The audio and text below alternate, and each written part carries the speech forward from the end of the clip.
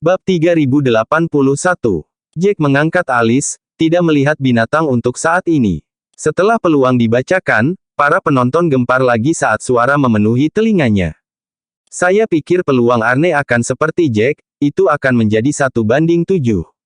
Saya tidak percaya itu diturunkan hampir setengahnya. Apa yang coba dilakukan Beast City? Apakah mereka berpikir bahwa peluang Arne menang lebih besar daripada Jack?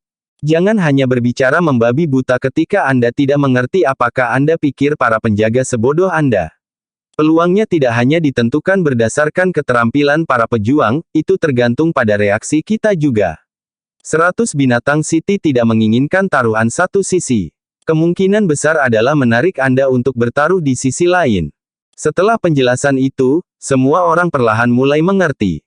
Aku tidak percaya peluangnya begitu rendah sehingga hanya 1:4. Jika itu masalahnya, maka kamu tidak dapat menembus angka 10 juta hari ini. Rudy tidak bisa menahan diri untuk tidak tertawa. Lagi pula, saya tidak berencana untuk memecahkan rekor itu. Bahkan jika saya kalah, itu bukan masalah besar, mengingat saya menghasilkan begitu banyak. Saya belum belajar banyak keterampilan, tetapi saya telah belajar untuk bahagia dengan apa yang saya dapatkan, memiliki. Jika dia tidak bersama Jack, Rudy mungkin sudah lama meninggal. Pada saat itu, dia tidak hanya hidup, tetapi dia juga memiliki begitu banyak kristal roh. Dia hanya merasa sangat beruntung di hatinya, bahkan tidak memikirkan hal lain. Jika dia bisa menang sedikit lebih banyak, maka dia akan melakukannya. Bahkan jika dia kalah, itu tidak masalah. Jack mengangkat alis, tidak menyangka sikap Rudy sudah sebagus itu. Dia masih bisa mengingat betapa arogan dan betapa angkuhnya Rudy saat pertama kali bertemu dengannya. Sikap itu sudah lama hilang, untungnya. Jack tertawa sambil menepuk bahu Rudy. Para prajurit di sekitar mereka sudah dalam diskusi yang intens karena kemungkinan. Beberapa dari mereka merasa peluangnya terlalu rendah sementara yang lain merasa itu tepat. Setelah itu, mereka mulai berdiskusi apakah mereka harus bertaruh pada binatang itu atau pada Arne. Jack mengerutkan kening, merasa sedikit tercekik. Dia berbalik untuk melihat Rudy dan melihat bahwa Rudy juga tidak senang. Dia berbisik, setelah memenangkan kristal roh, ayo tinggalkan kota terluar. Aku muak dengan tempat ini. Rudy mengangguk tegas, berbagi ide yang sama. Dia merasa kota luar juga semakin menyebalkan dan ingin sekali memasuki kota tengah untuk melihat beberapa hal baru. Jack mengeluarkan token dari biji master, dan di atasnya tertulis kota tengah. Ketika dia turun dari panggung, penjaga memberinya token itu. Setelah menyelesaikan taruhan besi hitam, dia mendapatkan hak untuk memasuki kota tengah. Dia memperhatikan bahwa aturannya kurang lebih sama dengan di Thousand Leaves Tower. Selama dia memiliki token masuk, dia bisa membawa bawahan bersamanya. Dengan aturan itu, Jack bisa membawa Rudy bersamanya. Dengan mengingat hal itu, dia tidak bisa menahan diri untuk tidak mengangkat alis, sangat penasaran dengan identitas orang yang menetapkan aturan. Bagaimana mereka bisa mempertimbangkan semuanya dengan seksama? Setelah memikirkannya sebentar, Jack perlahan mengerti mengapa aturan itu ditetapkan. Itu mungkin berkat peran khusus yang dimainkan para alkemis. Terlepas dari tempatnya, alkemis itu istimewa. Bagaimanapun, mereka menempatkan semua fokus mereka pada alkimia. Orang biasanya tidak dapat membagi perhatian mereka, jadi alkemis secara alami akan mengabaikan kemampuan tempur mereka. Bab 3082. Mereka tidak mungkin memasuki dunia berputar hanya dengan mengandalkan keterampilan mereka. Namun, dengan aturan itu, prajurit yang lebih kuat dapat membawa alkemis yang lebih lemah bersama mereka, melintasi kota-kota di dunia berputar. Tepat setelah dia mengetahuinya, Arne membuat pilihannya di atas panggung juga. Dari 5 binatang di udara, dia menunjuk satu di tengah. Jack tercengang saat melihatnya. Dia belum melihat 5 binatang sebelumnya sejak dia terbungkus dalam pikirannya. Sekarang dia melihat ke atas, Jack terkejut melihat bahwa dia hanya mengenali satu dari 5 binatang, dan yang dipilih Arne adalah yang dia kenali. Ini ular Rockwind, katanya. Jack mendengus saat sedikit ejekan melintas di matanya.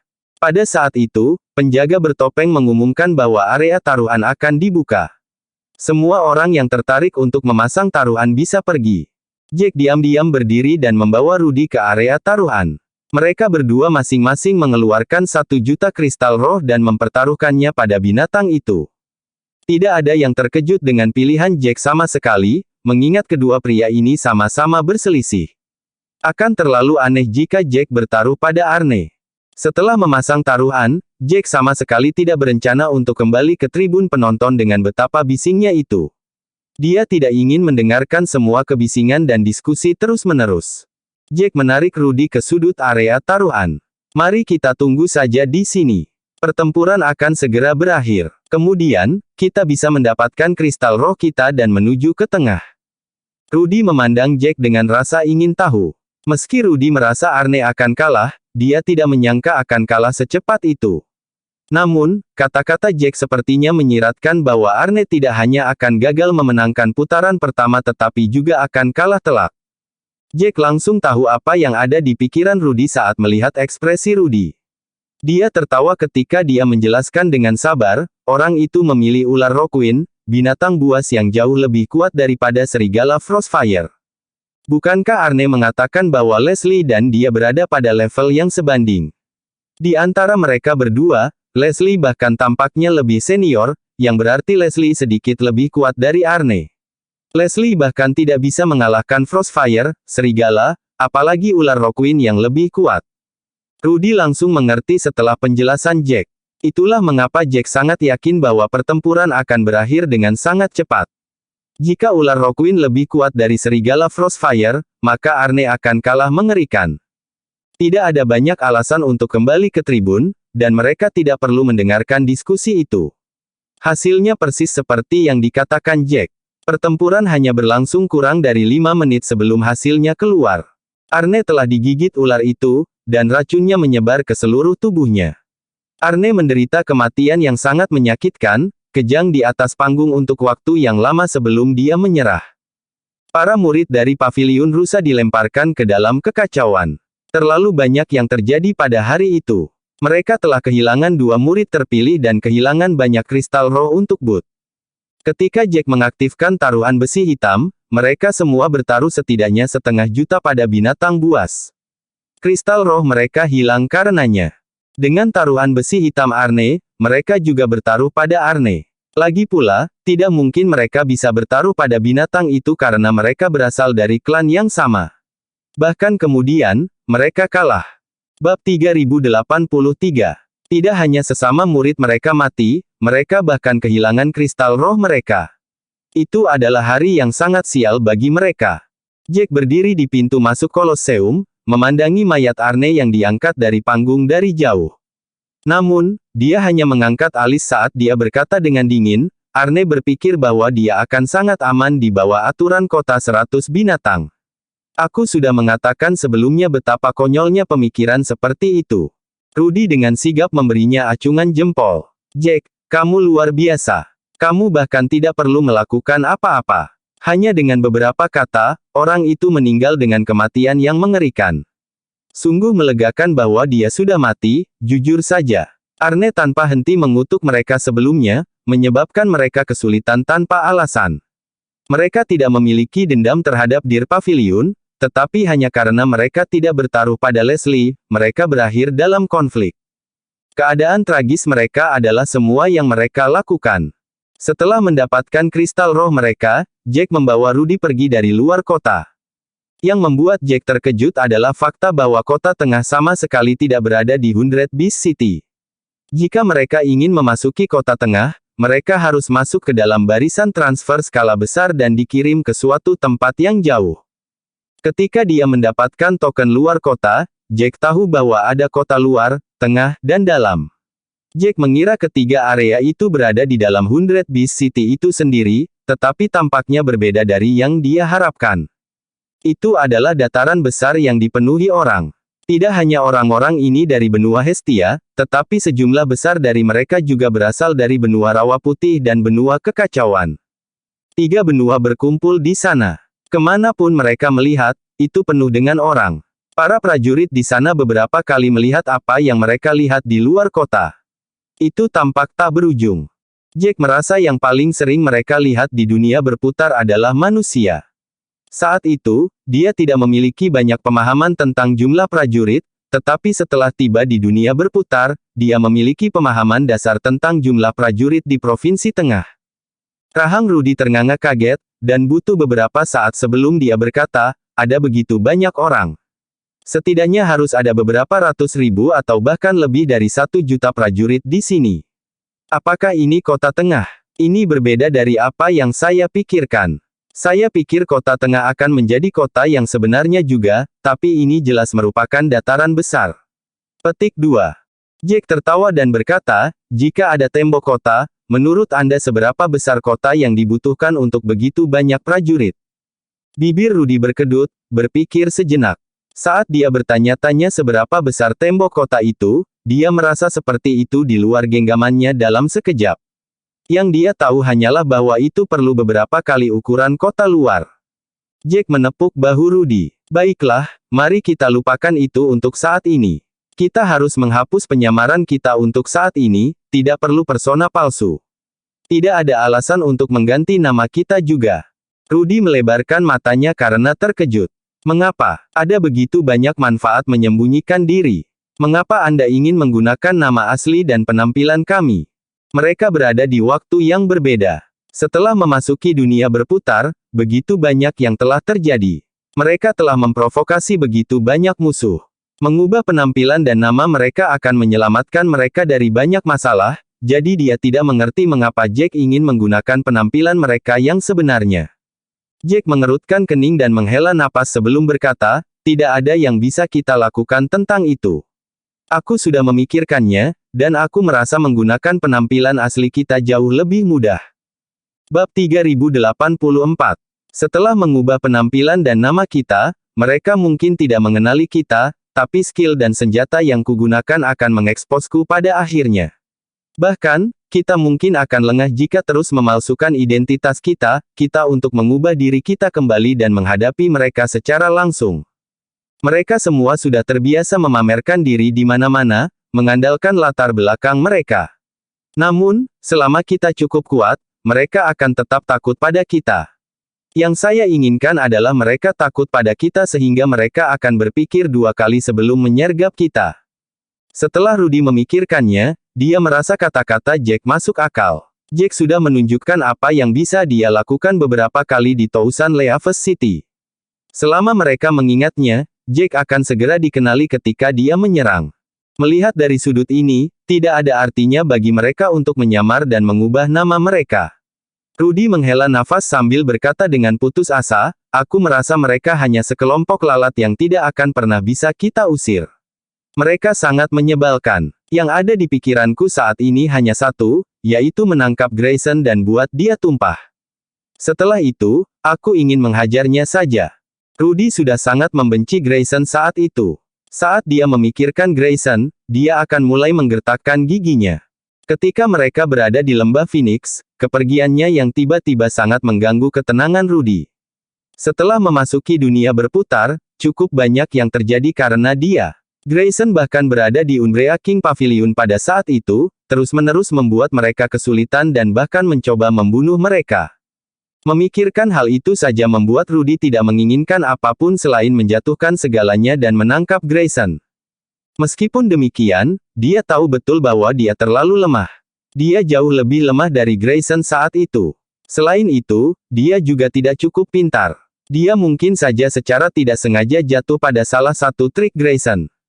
Yang bisa dia lakukan hanyalah menaruh harapannya pada Jack, berharap dia bisa menangkap Grayson. Paling tidak, mereka harus mencari tahu apa yang terjadi. Mereka harus mencari tahu bagaimana Grayson masih hidup dan tidak terluka, dan mengapa dia tiba-tiba muncul di Umbrea King Pavilion. Mereka juga harus mencari tahu mengapa dia tidak mengingat mereka berdua. Pasti banyak yang terjadi di antara semua itu. Rudy pusing memikirkannya. Dia menggelengkan kepalanya dan berkata, terserah, jangan pikirkan ini untuk saat ini. Jack meninggalkan susunan transfer dengan Rudy. Keduanya menuju ke arah kerumunan. Ada banyak sekali pendekar dari Hestia, kata Rudy sambil berjalan. Bahkan jika 100 Beast City adalah kota level 6, masih ada begitu banyak dari mereka. Hari ini, aku benar-benar melihat berapa banyak prajurit yang ada. Jack berbalik untuk melihat Rudy dan tidak bisa menahan tawa.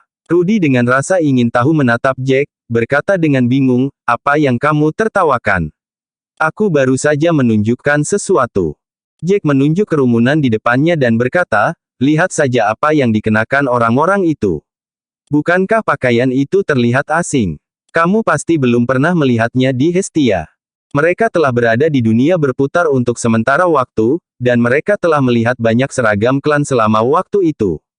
Mereka kurang lebih bisa mengenali seragam mana yang dimiliki oleh sebagian besar klan. Rudy tercengang saat dia menatap Jack. Apa maksudmu? Apa maksudmu bukan hanya para pejuang Hestia di sini? Mata Rudy membelalak kaget saat dia berbicara. Jack mengangguk. Dia belum bisa menjelaskan hal itu kepada Rudy. Jack melihat sekeliling dan para pejuang di sekitar mereka, berkata dengan tenang, para pejuang di sini berasal dari 3 dunia, dan benua Hestia adalah salah satunya. Bab 3085. Ada juga warrior dari White Marsh Continent dan Chaos Continent. Ketika aku mendapatkan token masuk kota tengah, aturan kota tengah telah dipindahkan ke pikiranku. Rahang Rudy ternganga kaget saat dia buru-buru memandang para pejuang di sekitarnya seperti anak kecil yang penasaran, menatap satu demi satu orang. Para pejuang di sekitar mereka merasakan tatapan Rudy dan tiba-tiba waspada. Mereka memiliki tatapan tajam di mata mereka. Jack buru-buru mendorong Rudy. Jangan melongo melihat orang-orang seperti itu. Itu sangat tidak sopan, dan akhirnya kau akan menyebabkan masalah. Rudy mengangguk patuh, mengakui bahwa dia memang kehilangan kendali untuk sesaat. Dia terlalu terkejut dan penasaran. Jack menepuk bahu Rudy dan menariknya ke samping. Kenapa kamu begitu terkejut? Bukannya kamu belum pernah bertemu prajurit dari White Marsh Continent dan Chaos Continent sebelumnya? Rudy berkata dengan penuh semangat, kaulah yang bertemu mereka sebelumnya, bukan aku. Ini pertama kalinya aku melihat pejuang dari dunia yang berbeda. Tentu saja aku penasaran. Jack tersenyum saat memikirkan bagaimana dia bergabung dengan kelompok ketujuh di Prosper City, bertemu dengan para alkemis dari dunia lain. Namun, Rudy hanya mendengar tentang hal itu, tidak pernah bertemu mereka sendiri sebelumnya. Rudy menarik napas dalam-dalam, berkata dengan rasa ingin tahu, aku bertanya-tanya mengapa kita selalu menemukan diri kita dikelompokkan dengan 2 benua itu. Turnamen itu satu hal, mengingat tidak ada gunanya bersaing dengan diri kita sendiri. Lebih menarik untuk bersaing dengan dunia lain. Petik 2. Mengapa semua prajurit dikelompokkan bersama lagi sekarang? Bisakah dunia berputar dibuka untuk semua dunia? Ketika Rudy mengatakan itu, kepalanya penuh dengan pertanyaan. Dia tidak terlalu memikirkan apa yang terjadi sebelum ini, tetapi karena dia melihat para pejuang dari dunia lain tepat di depannya, Rudy tidak bisa menahan diri untuk tidak menyuarakan pertanyaannya. Jack menghela nafas sambil mengerutkan kening. Aku juga sudah memikirkan ini sebelumnya. Awalnya, kupikir pembukaan dunia berputar terkait dengan pertarungan antara lembah Phoenix dan paviliun pembuka. Namun, setelah saya memasuki dunia berputar, kami menemukan bahwa lembah Phoenix telah bersekongkol dengan paviliun pembuka dalam sesuatu, dan tidak ada yang tahu tentang itu. Semua yang kami dengar sebelumnya hanyalah asap dan cermin yang mereka sengaja dipadamkan. Kita tidak tahu tujuan sebenarnya. Setelah melihat para pejuang dari dunia lain, aku perlahan-lahan mengerti bahwa pembukaan dunia berputar bukanlah sesuatu yang dapat dikendalikan oleh lembah Phoenix dan paviliun pembuka. Sepertinya banyak rahasia yang terlibat. Rudy mengangguk dengan sungguh-sungguh. Tidak peduli seberapa kuat Phoenix Valley dan Umbrea King Pavilion, mereka hanya 2 klan kelas 8 di Hestia, dan mereka tidak ada apa-apanya dibandingkan dengan 2 dunia lain. Saya pikir mereka berdua hanya memiliki sedikit tambahan, informasi paling banyak, tetapi mereka tidak bisa mengendalikan dunia berputar sama sekali. Jack mengangguk. Seiring berjalannya waktu, mereka menemukan lebih banyak hal, dan pertanyaan di benak mereka mulai terjawab. Jack memandang kerumunan saat lebih banyak pertanyaan muncul di kepalanya. Pertanyaan-pertanyaan itu mengalir di kepala Jack dengan kacau, dan dia tidak dapat menguraikannya. Yang bisa dia lakukan hanyalah mengeluarkan beberapa petunjuk dari kekacauan itu. Jika dia ingin mengetahui kebenaran murni, dia akan membutuhkan banyak waktu. Bab 3086. Rudy mengulurkan tangan dan meraih tangan Jack saat kilatan bahagia muncul di matanya dan berkata, kebanyakan dari dunia kita mungkin tidak tahu yang sebenarnya. Bahkan jika mereka mengetahuinya, bulan-bulan mereka benar-benar tertutup. Mereka tidak akan tahu. Kami tidak akan mengungkapkan kebenaran kepada kami sama sekali, tetapi kami dapat meminta para pejuang dari dunia lain. Bagi mereka, dunia berputar mungkin bukan rahasia sama sekali. Jack mengangguk, merasa pikiran Rudy semakin tajam. Dia bahkan tidak memikirkan hal itu, tapi Rudy sudah memikirkannya. Dia kemudian mengangguk dengan sungguh-sungguh, kamu benar. Semua informasi itu diperlakukan seperti rahasia lengkap di benua Hestia, tapi mungkin sudah menjadi rahasia umum di dunia lain. Lagi pula, benua Hestia telah ditutup untuk beberapa alasan yang tidak diketahui untuk itu, panjang. Memikirkan hal itu, Jack segera mulai membuat rencana tentang bagaimana dia akan mendapatkan informasi itu. Bahkan jika tujuan utama pada saat itu adalah untuk terus maju di dunia berputar, mereka tidak bisa begitu saja maju tanpa informasi apapun. Semakin banyak mereka tahu, semakin banyak solusi yang akan mereka dapatkan ketika mereka dalam bahaya. Di sudut tenggara kota, beberapa murid klan Pentagram dari benua Rawa Putih berkumpul. Mereka memiliki ekspresi emosional di wajah mereka saat mereka membahas sesuatu dengan intens. Trevor, berhenti saja. Aku tidak akan menyerah memasuki kota tingkat 2. Teriak Ethan. Trevor Henry mengerutkan kening, merasa seperti Ethan bertingkah seperti keledai yang keras kepala. Tidak peduli seberapa baik dia meletakkan sesuatu, pria itu menolak untuk mendengarkan. Trevor berkata dengan frustrasi, menurutmu mengapa aku berusaha keras untuk menasihatimu? Apakah hanya karena aku suka bermain-main? Ini semua demi dirimu sendiri. Tidak peduli seberapa tinggi posisimu di klan Pentagram, kamu tetaplah seorang alkemis. Kamu tidak bisa membela diri sama sekali. Apakah kamu tidak tahu tempat seperti apa kota tingkat 2? Apakah kamu tidak tahu seberapa berbahayanya mereka? Setelah masuk, sesama murid kita akan berjuang untuk bahkan melindungi diri mereka sendiri. Apakah mereka memiliki kemampuan untuk melindungimu? Jika ada bahaya, kamu pasti akan menjadi orang pertama yang mati di dalam. Apakah kamu benar-benar senang menjadi umpan meriam? Serangkaian pertanyaan dilontarkan, tetapi Ethan tetap keras kepala, menolak untuk menyerah. Dia mengangkat suaranya dan berkata, aku bukan idiot. Tentu saja, aku tahu apa itu kota tingkat 2. Aku tahu itu berbahaya di dalam juga. Aku mungkin seorang alkemis, tapi aku punya cara untuk melindungi diriku sendiri. Petik 2. Kota tingkat 2 tidak dipenuhi bahaya di mana-mana. Ada beberapa tempat aman. Setelah aku masuk, aku tidak akan berada dalam bahaya selama aku tinggal di daerah aman. Kalian semua bisa menghadapi bahaya. Aku tidak akan menyeretmu ke bawah dengan pergi ke tempat-tempat berbahaya bersamamu. Trevor merasa seperti akan meledak dalam kemarahan pada Ethan. Bibirnya berkedut saat dia berkata, kamu terlalu optimis. Pasti ada tempat aman di kota level 2, tapi pada akhirnya mereka tetap kota level 2. Tanpa aturan, mereka adalah tempat berburu yang lengkap. Di sana, kamu hanya umpan meriam murni. Kamu adalah sepotong besar daging. Lagi pula, semua orang tahu bahwa alkemis cenderung kaya. Setelah kamu memasuki kota tingkat 2, selama kamu tinggal di tempat yang aman, bahaya di kota secara alami tidak akan membahayakanmu. Bagaimana dengan di luar kota? Akankah prajurit lain mengabaikan sepotong daging gemuk sepertimu? Tidakkah mereka akan menyerangmu? Kami tidak akan bisa menjagamu saat kami dikelilingi oleh bahaya sama sekali. Aku hanya akan dipaksa untuk tinggal sendirian di area aman. Selama prajurit lain lewat, kamu seharusnya tidak memiliki kesempatan untuk bertahan hidup. Semakin Trevor berbicara, semakin marah dia. Wajahnya memerah, dan murid-murid terpilih lainnya dari klan Pentagram berbicara kepada Ethan juga, Trevor benar. Ethan, mengapa kamu begitu ngotot memasuki kota tingkat 2? Tidak bisakah kamu tinggal di kota tingkat 3? Di sana terlalu berbahaya. Bahkan prajurit di level Trevor harus sangat berhati-hati di kota level 2. Bab 3087. Dia tidak hanya perlu waspada terhadap bahaya yang ditimbulkan oleh kota tingkat 2 itu sendiri, tetapi dia juga harus waspada terhadap para pejuang dari dunia lain. Prajurit yang lemah tidak ada di sana.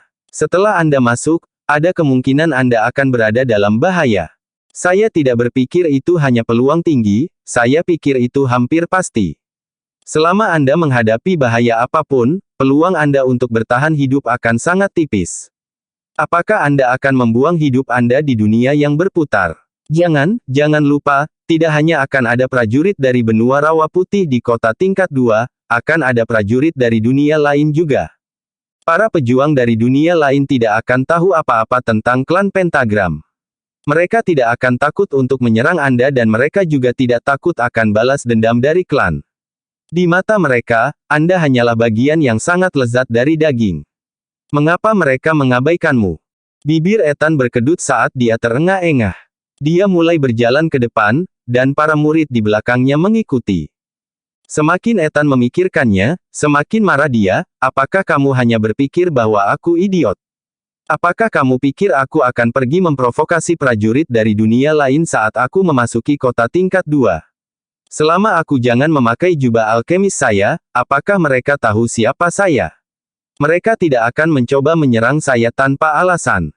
Apakah Anda benar-benar berpikir saya ingin mati? Trevor menjadi lebih marah setelah mendengar itu dan menjawab, aku tidak mengerti. Mengapa kamu bersikeras memasuki kota tingkat 2? Apa manfaat yang akan kamu dapatkan? Apakah kamu hanya mencoba melihat betapa berbahayanya kota tingkat 2? Ethan berkata dengan marah, tentu saja, aku tidak memasuki kota tingkat 2 hanya karena aku ingin pengalaman. Kota tingkat 2 belum pernah melihat alkemis selama bertahun-tahun yang tak terhitung jumlahnya. Semua bahan berharga itu seperti rumput liar bagi kalian semua. Namun, aku bisa tahu sekilas mana yang berharga. Trevor mengerutkan bibirnya saat dia melihat Ethan seperti orang idiot. Dia memasuki kota level 2 untuk mendapatkan material. Dia benar-benar tidak bisa berkata-kata. Jika dia tidak berhasil mempertahankan rasionalitasnya, dia mungkin akan mencengkeram kera Ethan dan menamparnya beberapa kali. Dia ingin Ethan menyadari bahwa material berharga bukanlah apa-apa. Jika Ethan mati, materi itu hanya akan menjadi hadiah orang lain. Ethan merasa bahwa apapun yang dia katakan, para murid di sekitarnya tidak akan membawanya ke kota tingkat 2. Semakin dia memikirkannya, semakin marah dia. Dia merasa seperti dicap sebagai alkemis yang tidak berguna oleh mereka. Ethan melebarkan matanya dan berkata, aku tahu kamu melihatku sebagai beban. Aku tahu bahwa aku tidak sehebat kalian semua. Kita semua memiliki keahlian masing-masing. Tidak seorang pun dari kalian yang bisa bersaing denganku dalam hal untuk alkimia. Dunia berputar hanya terbuka sekali setiap 530 tahun. Tentunya Anda tahu apa artinya 530 tahun tanpa saya memberitahu Anda. Begitu banyak master telah melewatkan ini. Ada batasan usia untuk memasuki dunia berputar, dan begitu banyak orang ditolak masuk karena itu. Saya bisa masuk karena saya beruntung. Saya tidak bisa menyia-nyiakan kesempatan seperti ini. Trevor mengerutkan kening dan berkata, kalau begitu, katakan padaku, sekitar berapa banyak prajurit yang memasuki dunia berputar setiap kali? Setelah 2 tahun, berapa banyak dari mereka yang berhasil bertahan hidup? Ethan membeku pada saat itu. Tingkat kematian dunia berputar setinggi 50%. Jika 600.000 prajurit masuk, 300.000 berhasil keluar hidup-hidup sudah dianggap sebagai keajaiban. Di kota-kota tertentu, banyak pertandingan berakhir dengan banyak kematian. Bahkan jika aturan di kota mencegah pembunuhan, para pejuang akan saling membunuh di luar kota. Kematian adalah andalan di dunia berputar, tapi Ethan merasa dia tidak seberuntung itu. Jika separuh dari prajurit mati di dalam, bukankah itu berarti separuh lainnya berhasil keluar hidup-hidup? Dia yakin bahwa dia akan menjadi bagian dari separuh yang berhasil keluar hidup-hidup. Bab 3088. Satu-satunya alasan mereka berusaha keras untuk menghentikannya adalah karena mereka merasa keterampilannya tidak cukup baik dan dia akan menyeret mereka ke bawah. Ethan merasa frustrasi hanya dengan memikirkan itu. Dia telah menjadi murid klan Pentagram berkat statusnya sebagai seorang alkemis, tetapi pada saat itu, dialah yang disingkirkan. Dunia berputar hanya dibuka setiap 530 tahun sekali.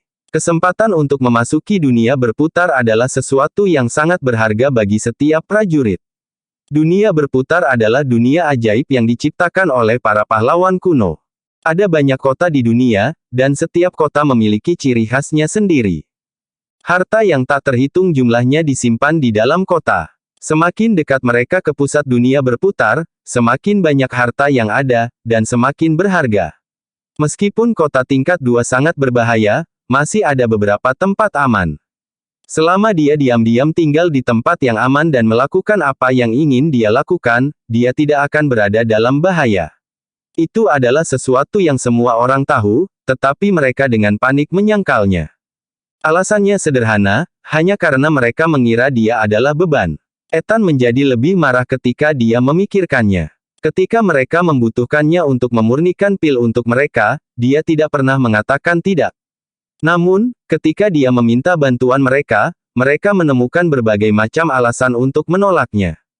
Trevor sangat membenci. Dia adalah salah satu pemimpin klan Pentagram, dan juga murid terpilih. Dia memiliki kekuatan untuk membuat keputusan tertentu. Sebelumnya, Ethan selalu memperlakukannya dengan sopan dan juga banyak membantunya.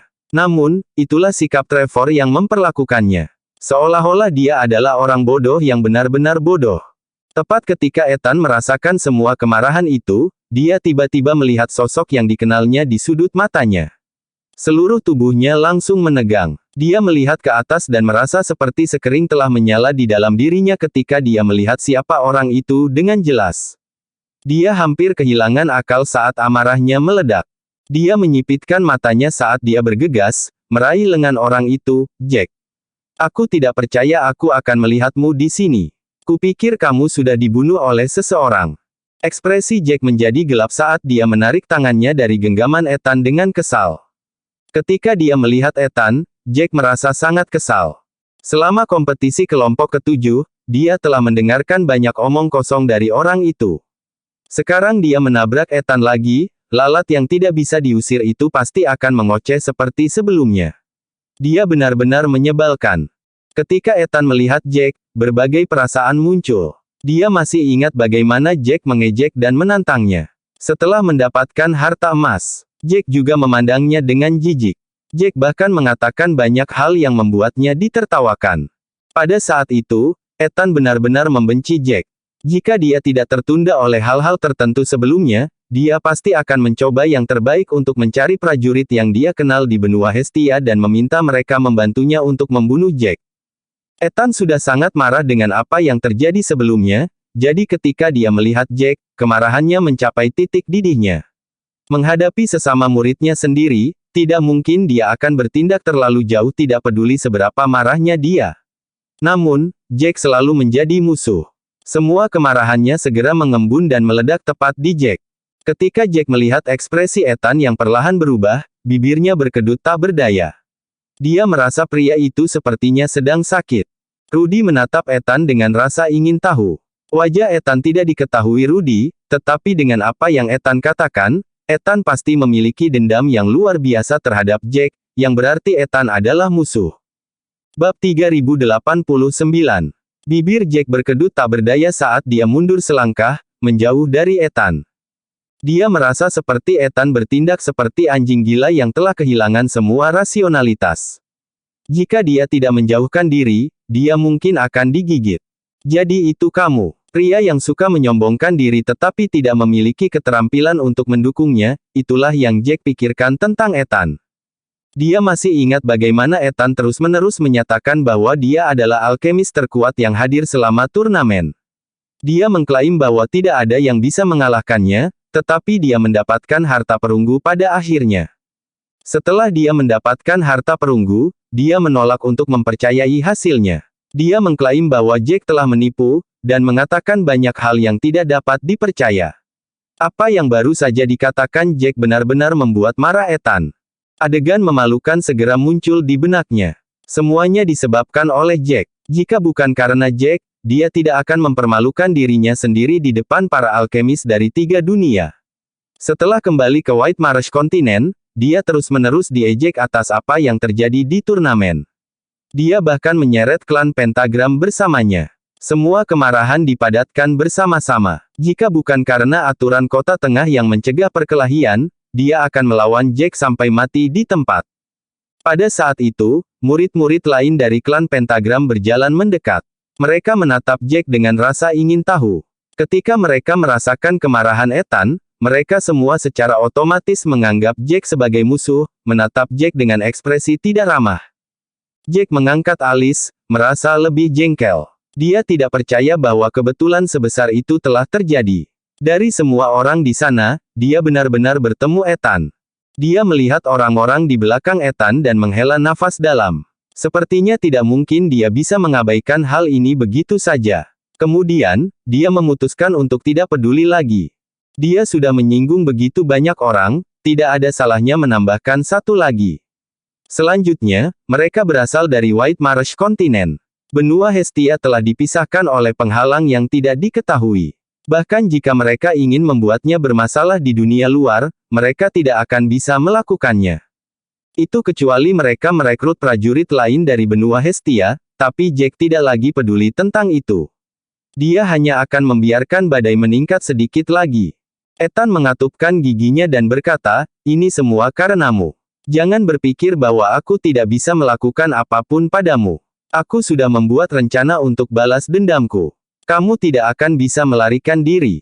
Ethan menatap Jack dengan kejam, tampak seperti ular yang baru saja dihasut untuk berperang. Dia tampak seperti akan menggigit kapan saja.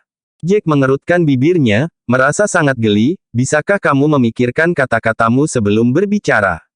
Kamu bilang aku menyakitimu, tapi bagaimana aku melakukannya? Apakah aku memaksamu untuk memberitahu semua orang bahwa kamu pasti akan mendapatkan tempat pertama di kelompok? Apakah saya membuat Anda mengatakan bahwa Anda pasti akan mendapatkan harta emas? Apakah saya memaksa Anda untuk menghina saya? Bibir Ethan membeku, wajahnya memerah mendengar kata-kata Jack.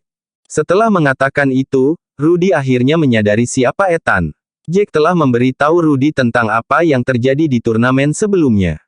Orang yang penuh kebencian itu ternyata adalah Ethan. Tidak heran Jack mengatakan bahwa Ethan hanya tahu bagaimana menyombongkan diri. Memikirkan bagaimana Ethan hanya mendapat tempat kedua pada akhirnya, Rudy merasa ingin tertawa. Bab 3090. Alkemis kelas 6 yang dia pandang rendah telah mengalahkannya untuk mendapatkan tempat pertama, menamparkan wajahnya dengan kejam. Rudy tidak bisa menahan diri untuk tidak tertawa, tidak bisa menghentikan senyum mengejek yang muncul di wajahnya. Melihat Rudy, Ethan hampir berhenti bernapas karena marah. Dia adalah orang yang luar biasa sombong. Dia tidak tahan diolok-olok oleh orang lain sama sekali. Mulutnya mengering karena marah. Dia nyaris tidak berhasil menelan ludah ketika dia berkata, aku tidak akan melepaskanmu dengan mudah. Kalian berdua akan mati. Aku akan memberitahu kamu konsekuensi dari menyinggungku. Bibir Jack berkedut tanpa berkata-kata. Dia telah mendengar kata-kata serupa itu berkali-kali. Banyak orang telah mengatakan kepadanya bahwa mereka akan membuatnya membayar harga sebelumnya, dan bahkan lebih buruk telah dikatakan juga. Jack sudah benar-benar kebal terhadap mereka semua. Selanjutnya, Ethan hanyalah seorang alkemis. Tidak peduli seberapa kuat dia di alkimia, dia masih sampah sebagai seorang pejuang. Dia memperkirakan bahwa Ethan mungkin sedikit lebih kuat dari Rudy. Bagaimanapun, dia memiliki latar belakang yang bagus, tetapi dia hanya sedikit lebih kuat dari Rudy. Para alkemis menghabiskan sebagian besar waktu mereka dalam alkimia, jadi bagaimana mereka punya waktu untuk berlatih pertempuran? Jack benar-benar mengabaikan ancaman Ethan. Dia mencibir dan berkata, aku benar-benar ingin melihat bagaimana kamu berencana untuk berurusan denganku. Kemampuan apa yang kamu miliki untuk berurusan denganku? Jangan bilang kamu akan mencari prajurit dari benua Hestia untuk membunuhku. Kamu bisa jangan lakukan itu. Ethan hampir kehilangan akal setelah mendengar itu, mengapa menurutmu aku tidak bisa melakukannya? Biarkan aku memberitahumu. Aku benar-benar bisa. Aku dapat dengan mudah menemukan seseorang untuk membunuhmu. Kamu mungkin sedikit lebih kuat dariku dalam alkimia, tapi seorang alkemis tetaplah seorang alkemis. Menghadapi pejuang yang kuat, kamu hanya semut besar. Kamu akan mati hanya dengan sejumput.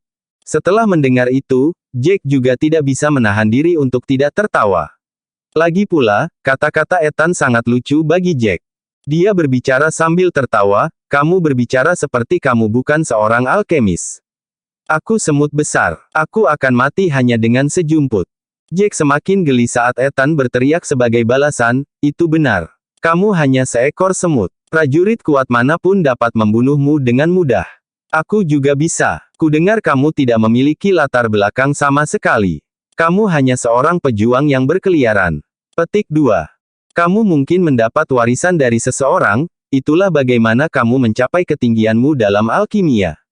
Kamu seharusnya memusatkan semua fokusmu pada alkimia. Kamu tidak punya waktu untuk berlatih pertempuran sama sekali. Aku berbeda darimu, mendalami alkimia, tapi aku tidak pernah lupa untuk meningkatkan keterampilanku juga.